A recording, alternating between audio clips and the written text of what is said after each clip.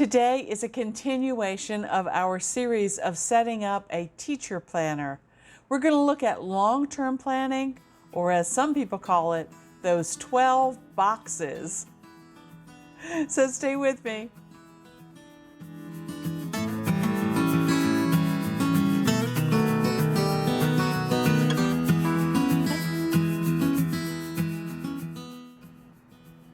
Well, hi everyone. I am Crystal from A Crystal Clear Life, where we focus on planning, organizing, and living a more simplified life. I'd like to say welcome. For those of you who are new, I'd like to say welcome back. If you are a returning viewer, let me just tell you a little bit about myself. I am a retired teacher. I taught for 35 years, everything from preschool to seniors in high school. And everything in between. And I've been retired about 5 years now, and I am teaching on YouTube. And this month of August, I really hope to share some of my knowledge of OneNote and how it might be helpful to you as a teacher if you were to decide to set up a digital lesson planner. Last week's video, which I will leave linked up above, we talked about setting up a monthly calendar and how that can be useful, getting our background for our notebook, our digital notebook in OneNote to look the way we want it to look. And I have covered all of these things lots and lots of times. In fact, there's an entire 2024 playlist. So if there's some small little part that you miss, I'm sure there's a video about that, and I'll leave that playlist linked up above as well. I love OneNote. It is my life management tool. I use it for everything. When I was still active in the classroom, I used it to organize all of my teaching materials, all of my student materials, and all of that kind of thing. So I'm very excited to show you today how you can use this tool, and what Erin Condren, for those of you who have ever seen her teacher planners, she has those 12 boxes. This is not an Erin Condren planner, but you can see the 12 boxes are still there. So we have a box for each month that goes across, and we're going to talk about how we can use these today. Okay? All right, so with that out of the way, if that sounds interesting to you and you think you're going to learn something new today, please go ahead and give me a thumbs up, hit that like button, subscribe if you have not already. That really does help out my channel. It is free and it costs you nothing. Hit that notification bell so that you don't miss any of our videos. And with that out of the way, let's go ahead and get into OneNote. I am so excited to show you some of the ways that I plan on using those 12 boxes if I were going back into the classroom, and I'm sure that you guys will be able to generate lots of other ideas, okay? All right, so let's get started. All right, as you can see here on my screen, I am in OneNote, and I have made this beautiful page, which I'm going to take you step by step and show you how I did it. But basically, we're going to be talking about long-term planning by quarter. And I have a little asterisk up here that says you could do this by calendar year or by academic year. So you see in the beginning, I started with January or maybe August, depending on when your school year starts, February, maybe September, and so on and so on. You decide what works best for you. Some people like to do the academic year, since this is a teacher planner and it will cover that time frame. And I think if I were back in a classroom, that is exactly what I would do. So I'm going to go ahead and delete the beginnings of those and just go ahead and leave them, for the academic year. So I'll adjust these later. We don't have to worry about that. Okay? All right. What you see here on the screen is simply my favorite tool in OneNote, and that is a table. I think tables are one of the workhorses for OneNote, and I use them on just about every page that I create, okay? So if you will take a close look at this page, it is simply one column, two columns, three columns, and then I have it for rows 1, 2, 3, 4, 5, 6, 7, 8, okay? I'm going to recreate this down below so that you can kind of see what I'm talking about, how it was created, okay? So I'm going to move my cursor down here, and I'm going to go up to my insert menu and insert a table, and we want it 3 across by, what did we say, 8? Like so, okay? And you can see way down here in the corner that it made this particular table for me, okay? Now, you'll notice that I have my grid lines turned on in the background on my page. Let me show you quickly how I did that. If you go up to the View menu and you go all the way down to Ruled Lines, OneNote has many options. You can change it to lined paper with the red margin on the side, which I love, and they have it a little bit thicker if your handwriting is a little bit wider. I love this particular page format if I'm just doing notes on my iPad, because this line spacing seems to work well for my handwriting. But if you need even more space, they have bigger lines and they have humongous lines. This would be great if you wanted to practice like your calligraphy or your brush strokes or something like that. That would be very good, okay? All right. They also have grid lines, so let me show you those. Little teeny tiny grids, which I use a lot when I am doing quilt projects, but it's too small for the kind of thing that I want to do now. The bigger grid pattern works pretty good. Then there's an even larger one and the largest, okay, which is pretty cool. Now, the other thing that they allow you to do is change the line color, okay? So the rule line color right now is light blue. That's kind of a standard for us, you know, in the educational world with, you know, blue lines on our paper and a red margin line. But you can change these to whatever you want. If you want purple lines, you can do that. If you want tan lines, you can do that, okay? They have all kinds of colors that you can choose from. There's a teal color, okay? And let's pick one more. Oh, let's go magenta. All right, there you go. Now, another thing that you can do that you may have seen on this ruled lines page is you can set a default so that all of the pages that you create will have ruled lines on them. And if you were using this for something like a regular journal, that might be a good idea, just where you want, you know, like a legal pad of paper. Just give me those ruled lines all the time. So that is a default that you can set, okay? The other thing that you can set while you're here on the view page is the color, the background color of the page. So again, I could go for a completely yellow page if that helps me see it a little bit better, or if I'm color coding my pages for whatever subject area I'm teaching, I can choose all of these different colors, okay? All right, so that's kind of cool. Or you could say no color, or you can say custom colors, okay? You can pick from standards. I could go very bold if I wanted to. Or I can go back and say no color, okay? All right, so that was kind of a walk around the park to show you how I get this graph paper. And what I did up here is I made my container the width kind of my page, and in OneNote, everything is stored in these gray containers. You see the little gray handle here at the top. That way you can move things around, grab that container and move them around. It's very helpful, okay? But when you scroll off of it, you notice that the handle goes away, the gray container goes away. But when you come back to that item, it appears again so that you can grab it with your mouse like that, okay? All right, now what I want to do is I made my container wide because I want to make my sections wide too. I think I am going to make these, let's say 4 across. 1, 2, 3, 4. 1, 2, 3, 4. 1, 2, 3, 4, like that. Okay, that works for me. Now, what I'm going to do next is I am simply going to go in here and put these dates in. So I'm going to start with August. And I'm just going to abbreviate here because you guys know what the dates are. And I'm going to leave this one blank because that's where I'm going to add my information.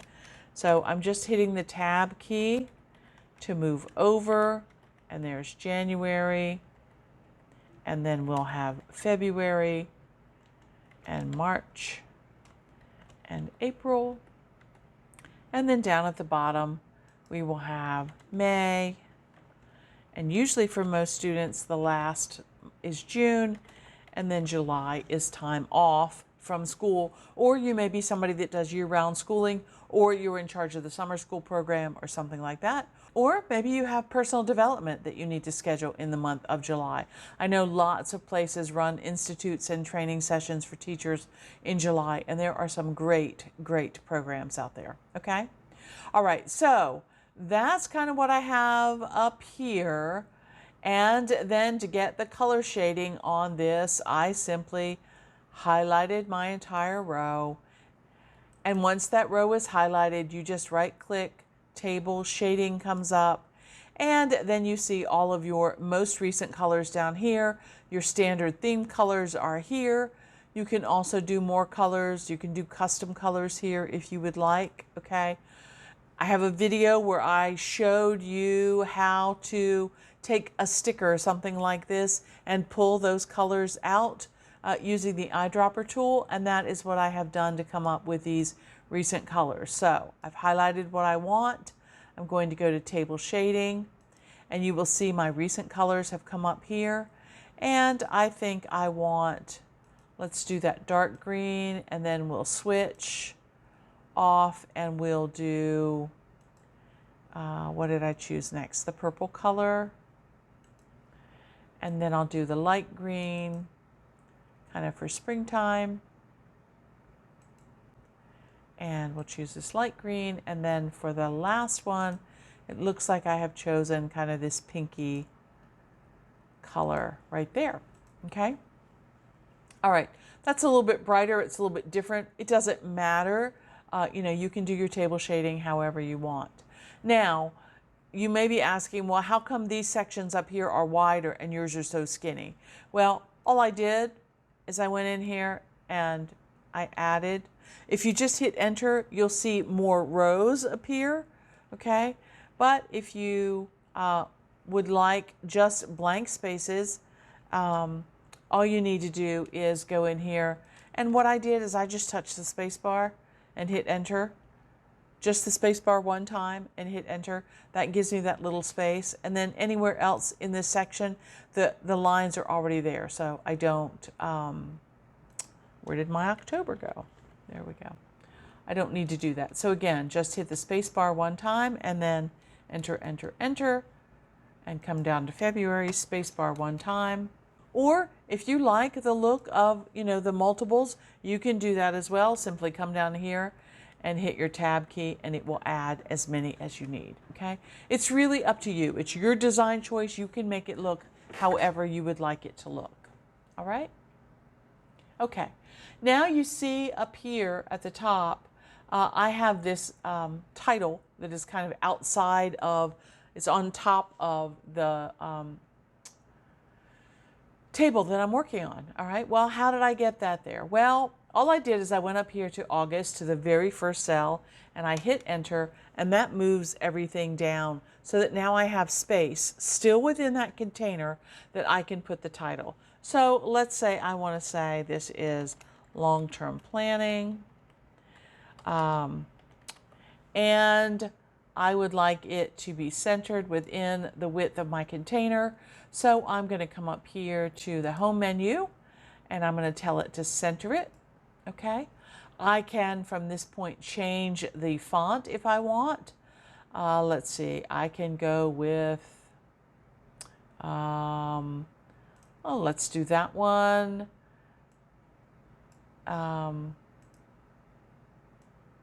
Let's do that one. We can make it bold. We can make it larger. So, you know, you can play around with it however you'd like. I can even change the font color if I want.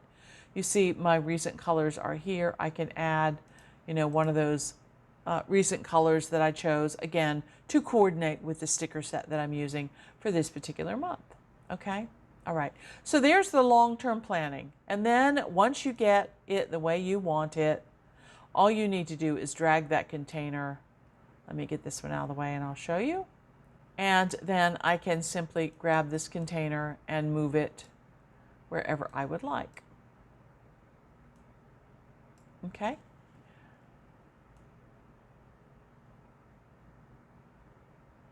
All right. Now, you may be asking about the background, in the notebook and how all of that looks. I covered that in the last video, so I will leave that linked up above. And remember that 2024 playlist goes through in minute detail that you can follow along step by step to create your notebook background that will look exactly the way you want it to look, okay? And that is using PowerPoint, all right? So different looks here, but then the next thing that I, could do is I could go and, download the school calendar or something like that. So maybe in August, maybe August 1st is the first student day for kids. Maybe in September from, I don't know, the 18th to the 23rd. Maybe that is the fall break for classes. Maybe we know that testing is down here. So I have to keep that in mind because that's going to be a little, schedule change there. So you can do long-term planning like this with this page, okay? So I think that's great. This would be what I would use for taking a look at my school calendar, the one that comes out from the Board of Education, and I would be putting those dates and holidays and that kind of thing on here for myself for long-term planning, all right? But there's other things that you could use these 12 boxes for, okay? One of the things that I was thinking about was transportation for kids. So let's say I wanted to use this same kind of thing, but I wanted to use it for transportation, all right? Once I had this page exactly like I wanted it, let's get rid of the one that we created today. And I'm going to pull this one back in here, all right, like that, okay? So I have those couple of dates in there, and you see some of them I've color-coded the text, some of them I've highlighted the text. You can set up your own key for whether it's a holiday or a school event or, something like that, okay? But let's say that I now want to, I like the way this page looks, and I now want to use it for something else, okay? I can go over here to the long-term by quarter, which is this page. I can right-click that. I can say copy or move. And when it comes up and says, where do you want to copy it to? I want to copy it into my teacher planner. I have all of my other notebooks. I told you I use this as my life management tool. Look at all those notebooks that I have. Anyway, to my teacher planner. I'm going to put it in my teacher planner and I'm going to say make a copy of it, okay? And then you'll notice down here by pages that long-term by quarter, there's an exact duplicate copy right there, okay? We're going to change this to transportation. Transportation. And I always remember that song, Transportation, What a Fascination. Don't know why. My days of preschool teaching, I guess. All right. And so here, transportation, I no longer want it to say school calendar long-term planning. I want it to say transportation for students. Okay. And then I'm going to come down here and instead of August, I'm going to say, these are my walkers. And these are my aftercare kids. They don't go home after school. They go to aftercare. Let's see. I'm going to change this box to, these are my car kids. So they're the ones that somebody comes and picks them up. And then for the rest of these, this is going to be bus number 54. And then I can just copy that and take it over here. And maybe this is bus 101. And copy it again, and maybe this is bus 89. And so you get the idea, right? Change all of these dates to the various bus numbers that I need, okay? So transportation for students. And then instead of first day of school with being on the first, then I simply add, you know, that Bobby Jones is a walker and Keisha Arnold is a walker. And then the aftercare kids, I have Larry Fisher goes to aftercare, and George Adams goes to aftercare.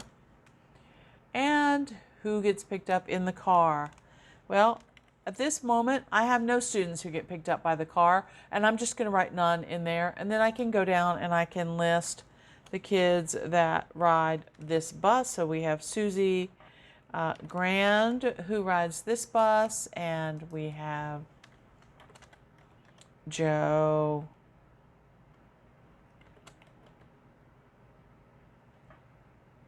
March who rides that bus. And so you get the idea, right? So that's another way to do it. So I have a transportation page now, okay? All right, well, in thinking about other things that a teacher might need, so I came up with a couple of other ideas. So let's go here now to transportation. Let's make another copy of this page, and we're going to move or copy this page to our teacher planner, and we're going to say copy. Now we've got another one that's transportation. Well, you know what? As a teacher, you are required to take professional development, you know, continue your coursework. So let's say that we are going back to, you know, maybe we have the months. So we want to do August, and we're going to list the in-services that we have to go to. So maybe there is lesson, plan, vocab. It seems like sessions. And then also in August, maybe you're taking an Excel spreadsheet class for grades, you know, something like that. And so you can go through and rename these as the months and keep track of the professional development that you are taking, okay? So we can very easily do that. Yes, it probably would have been easier to do the long-term planning one. I'm just showing you how flexible this is, and that you can change, you know, the titles of your tables and have them to be very, very useful. Okay, so we're going to change this to 2024, 2025, professional development and training. Okay? All right, fix that spelling. All right, so there you go. All right, so I think that's very helpful. So far we've used it for long-term planning, you know, for the school calendar. We've used it as a transportation plan for what's going to happen with the kids, you know, where they're going to go after school. And we've also used it for professional development. But another big thing that I think would be important to use, and I'm going to go back up here to the long-term by quarter, and I'm going to make another copy of that. And again, I'm going to tell it to put it in. The way that you can open and close these is there's a little handle right here. So if I close my test notebook, which is the one that I use for, you know, doing videos and stuff, or I can open that test notebook and there's my teacher planners pages section down there at the bottom. Okay, so you can do this with any of this. If I wanted to put it in my personal planning, you know, my life planner that I'm using this year, you know, I could choose which section I want it to go in. I don't want it to go there. I want it to go in my teacher planner. So I'm going to say make a copy of that. And there's that long term again. Well, one of the things that I always made sure that I did and kept track of was I would do curriculum planning, because I would get a textbook like this. As you can see, I have used this textbook a lot. I really liked it. This is a 6th grade literature book, and let me just show you here in the front. You get an overview here of the entire book. And you can see that the 1, 2, 3, 4, 5, 6, there's 6 different units, okay? And you can tell by the thickness of the book, there is a lot to cover in here, okay? So what I would always do is I would sit down with whatever textbooks I was using at the beginning of the year, during the summer, kind of before school started, and I would take a look at how many units there were, and then I would start mapping that out. So I would come in here for August in the county that I taught in. The kids didn't come in until the last couple of days of August. So really August was, not really where you're actually getting involved in doing a lot of teaching, okay? Let's erase these things that I have in here at the moment, and we're going to replace those with some long-term curriculum planning, okay? All right. Again, I like to color code things. So for August, I would just say, let's say I'm highlighting all of the things for reading. Usually I did reading was red. I know, I'm very alliterative. Anyway, so for August, that might be my assessment of new students. Okay, so I'm just trying to get an idea. We're trying to do some fun reading, that kind of thing. I'm just trying to get an idea of where each of the students can read, okay? And then over here, I am going to start with Unit 1. And since I have about 9 months of school that I can cover this information, and I've got 6 units that I need to do, plus the time for testing and, that kind of thing, I would go ahead and say to myself, okay, I can give myself like a month and a week, or a month and 2 weeks, depending on, how excited the kids were about what we were doing. So I would do Unit 1 would start in September, and then I would give myself a date over here, by the 15th of October, I want to start Unit 2. Okay, and again, this would be highlighted in that same color so that I knew that this was for reading. Okay, so September 1st, I'm going to start Unit 1, and I've got, like 6 weeks to get it done, and then on the 15th, I'm going to start Unit 2. Okay, and I'm going to keep going that way. So then by the end of so this would be November.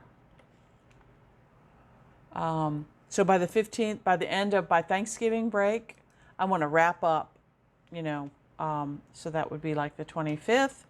I want to wrap up Unit 2. So I'm planning things out in a very broad general sense here so that, I can then put novels in there, or we could do author studies, or we could do, brown bag lunches, or whatever other activities we want to do. But I just have a kind of a framework for myself as to when I want to start and stop these particular things, okay? Then if I'm an elementary student or an elementary teacher, I would go on to my next thing. So for me, math was always green because money. I don't know. And there's no color really that starts with M. Anyway, so, I would also, this would be, for math, this would be my assessment time. So we would have to figure out, what they knew and what they didn't know. And then we would move over here and we would say, okay, on September 1st, we're going to do, maybe the first chapter is reviewing standard operations. Okay, and then that is math, so we're going to make that green. Okay, so you get the idea. We're going to take everything that we need to do in that 9-month period, and we're going to break it down on this particular calendar so that we have an idea of what we're doing in each area. Okay, now I also might want to make a key over here so that I know what these colors are, or so that somebody looking at it would know what these colors are. Okay. I'm going to go over here outside of my container, and I'm going to go up here and I'm going to add a 2-column by 6-column table, and I'm going to say okay, and this is going to be my key. Okay, So I can put in here that reading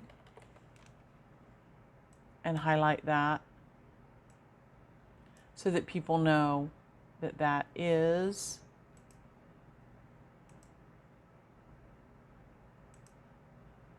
reading and math.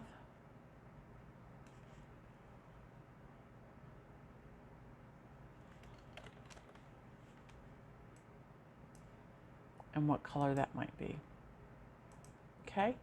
And then if I want to, I could also add in here, you know, what the text is. Okay. This one happens to be called the language of literature. Okay. I'm just going to write literature because I know what that means. All right. So there you go. So now you have a little key on the side. All right. For what these particular things are. So that's how you could work with long-term planning. Okay. All right. And the last thing that I want to do, you don't have to, but I would go back to my view menu and I would turn off those ruled lines and I would say none. And then when I do that, my page just kind of floats on that white background. And I think that's, you know, it's really sharp and crisp and easy to look at for me. Okay. All right. Well, you know, there you have it. That is a quick overview of those 12 boxes, how to make that chart for yourself, and many different ways that you could use this chart for long-term event planning, for long-term curriculum planning, which is what we need to change this to. Curriculum,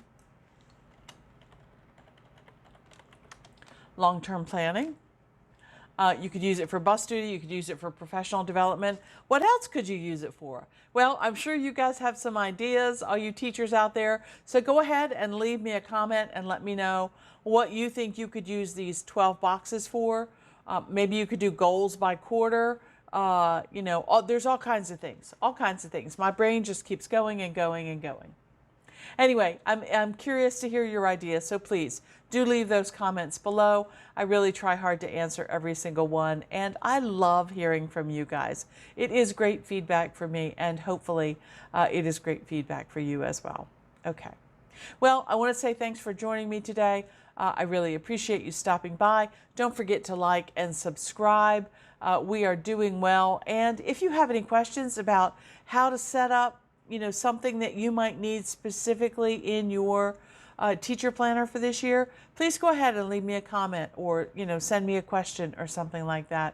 I'd be more than happy to help you. And there's been some good response from this, so we're going to go on. We're going to do a couple more pages. I have some other things that I'd like to show you, and I think it will be exciting to kind of get this together. I did have one comment from a viewer who said to me, you know what, I'm not a teacher, but I certainly could see ways that I could use these kinds of things myself, which is very true. If you're a student, if you're a college student, you know, you could do that as well. My daughter is a librarian, and she said, well, shoot, I could use this calendar and planning situation for myself for all the programs that we do at the library. So it's not just for teachers, it's for teachers that teach even in non-traditional settings. So anyway, I'm finished rambling on for today. Thanks for listening to me. And until next time, here's hoping that you can live a more simplified and organized life through better planning. I use OneNote. Until next time, okay, bye.